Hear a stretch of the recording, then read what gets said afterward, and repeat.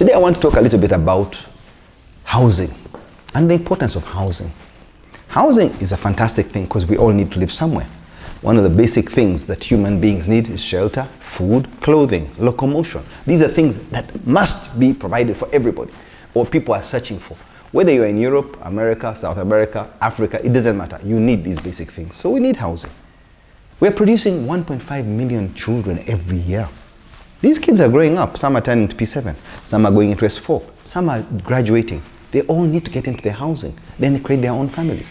So the housing sector is very important. And if we can invest in it and build skills so that we can grow our housing sector, it would be fantastic. Right now, we are way behind.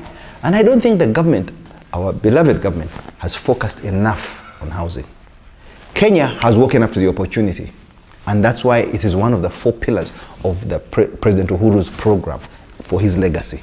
Housing. He wants to build 500,000 houses mainly in the middle to low income sector in the next 5 years. That's a very ambitious goal. Uganda, we have a similar backlog of 500,000 houses. Nobody's building them. People think it's not so important. What we need are jobs. Then we get the jobs, then we can pay the mortgages for the housing. Chicken and egg, which one comes first? I'll tell you one thing. It's fantastic to invest in your own house. And many young people say, should I rent, should I buy, should I build? It will be fantastic to own your own house. It gives you a feeling of dignity, of security for your loved ones. It forces you to save, and it leaves you something to pass on to the next generation. But that's not all. The biggest thing from a business point of view is the appreciation. Traditionally, throughout the world, capital appreciates in housing over a period of 20 years. Now, very few people have a long-term vision. I have seen firsthand, by investing in property, how it appreciates. I even took loans, huge amounts of loans, when I realized this is a huge opportunity.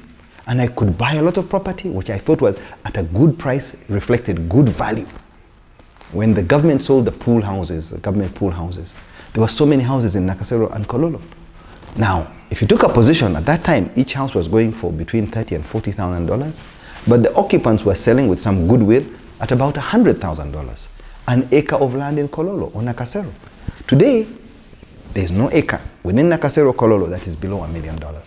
Some areas, $2 million. That is capital appreciation.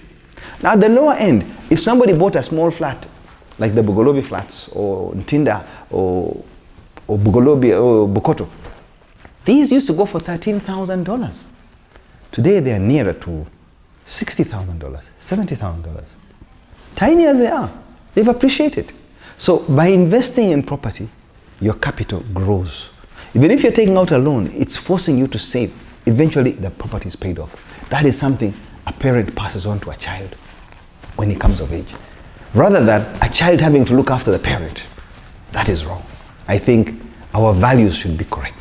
So I encourage people to look at the construction industry, housing industry, infrastructure industry. Lastly, and quickly, it creates jobs. The only other sector that can absorb as many people is agriculture. Agriculture is like a mother. She will never say no to anybody who wants to come to agriculture. The industry is as wide open as my arms can be. But then the next one is construction. People can learn.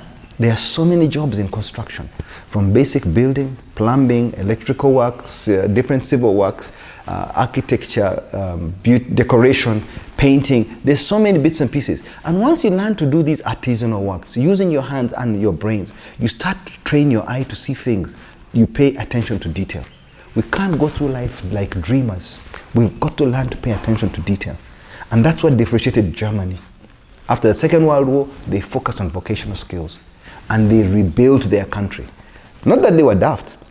Even before that, they had been focusing on arms, on cars, the VW, on different things, but they had trained their eye to see detail and to do things well. They have excelled in that area until today. They're one of the biggest exporters in the world because they do things well.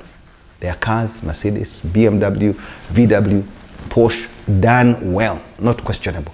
They charge a premium for that. The Japanese do things very well too, but they look up to the Germans too. So when will Uganda be a shining star in the region that people look up to us? We need to train our people to have that eye for proficiency. Thank you very much.